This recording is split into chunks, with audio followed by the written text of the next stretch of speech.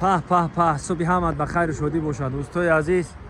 ما بازم برآمدیم با سفری کاری با اهل دوستان.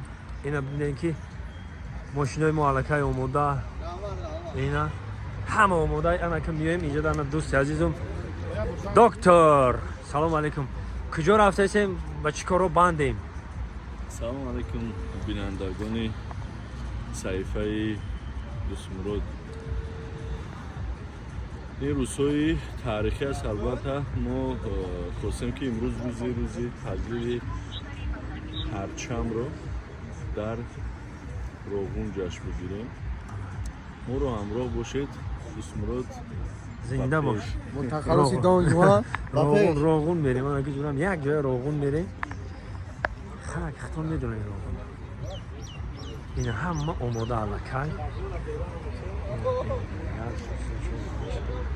راست روغون.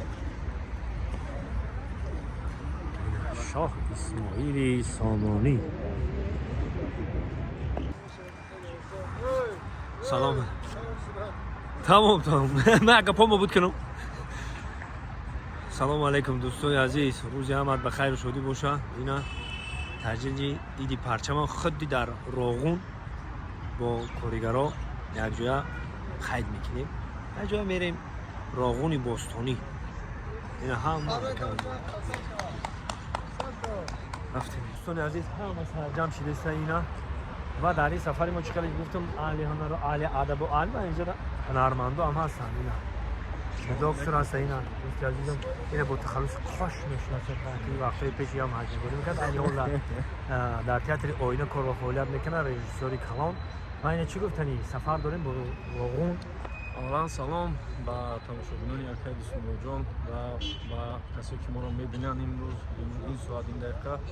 ما همراه اکای محمد جان و اکای دوستمراد جان و اهل جوانان پیرسب شهر دوشنبه سفر داریم به شهر روغون، جایی که جناب یونی محترم پیشوای معظم ملت گفته بودند که ما حتما این نیروی برقرار میسازیم.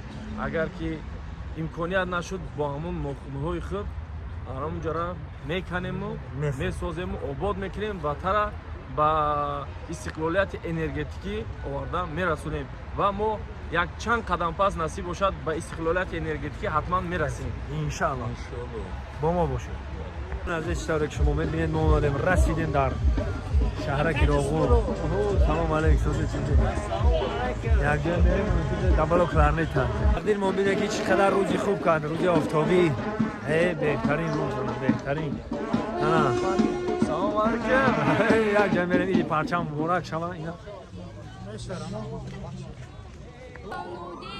خوش آمدید. شادیم از دیدارتان، از لطف و از گفتارتان. با موج قهرمانی ها بر کاخ نور خوش آمدید. پرچم آزادگان پر میزند. پرچم مبارک شما. ایدی پرچم مبارک شما. چنه نگاه ورزشگرا رو دی. حالا در شهر روغون ایدی پرچم مبارک شما.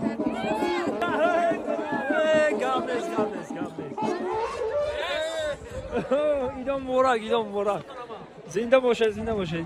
پیشوای ملت ما ایدی پرچم. پرچم آزادگان پر میزند. از زمین تا آسمان پر میزند. پرچم ما رمز باورهای ماست. باوری فرزانگان. جوانان شرفمند شهر دوشنبه، شهر روغون، بهر تبریکات ما و شما سخن با کمال احترام به رئیس شهر روغون محترم سعیدزاده سنت الله میدهیم. مرحمت.